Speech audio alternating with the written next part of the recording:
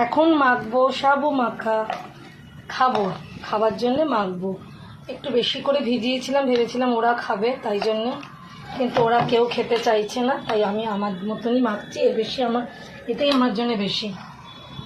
দেব কলা। এই সাবু মাখাটা খেতে খুব সুস্বাদু হয়, কিন্তু বাড়িতে এরা খেতে চায় না, আমি কি করব।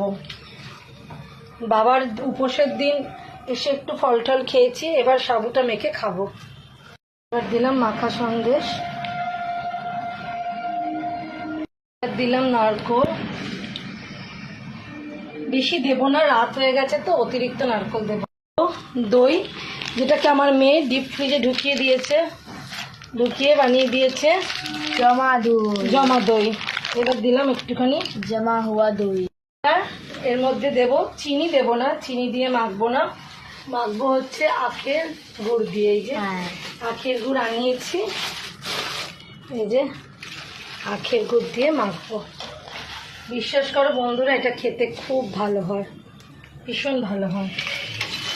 এটা না আমি এবার হাতের সাহায্যেই মাখবো, নো চামচা, নো হামচা, হাতের সাহায্যে যত সুন্দর খেতে হয় মেখে।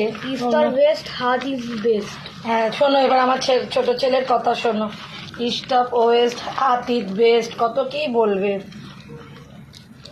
যদি এই অবস্থায় কারুর যদি মনে হয় যে একটু নুন দেবে, দিতে পারো, কিন্তু সন্দক লবণ দেবে। আজকে কিন্তু সাদা নুন দিও না।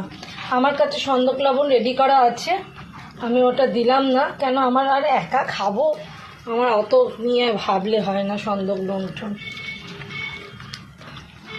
এবারে আর একটু টেস্টি বানাবার জন্য এর মধ্যে আর একটু জিনিস পড়বে।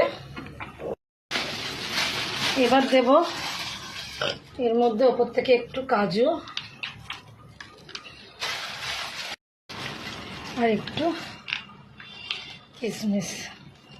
এটা যা সুন্দর খেতে হয় না বন্ধুরা, একবার খেলে মনে। এটাকে দিয়ে নাড়িয়ে নিলাম। এই সাবু মাখাটা এইভাবে কেউ ট্রাই করো। যদি তোমাদের মনে হয় এর মধ্যে একটুখানি নুন দেবে কোনো, তাহলে সেক্ষেত্রে সন্দকলুম দেবে, যেহেতু আজ বাবার উপোস তো অন্য কিছু দেওয়া যাবে না।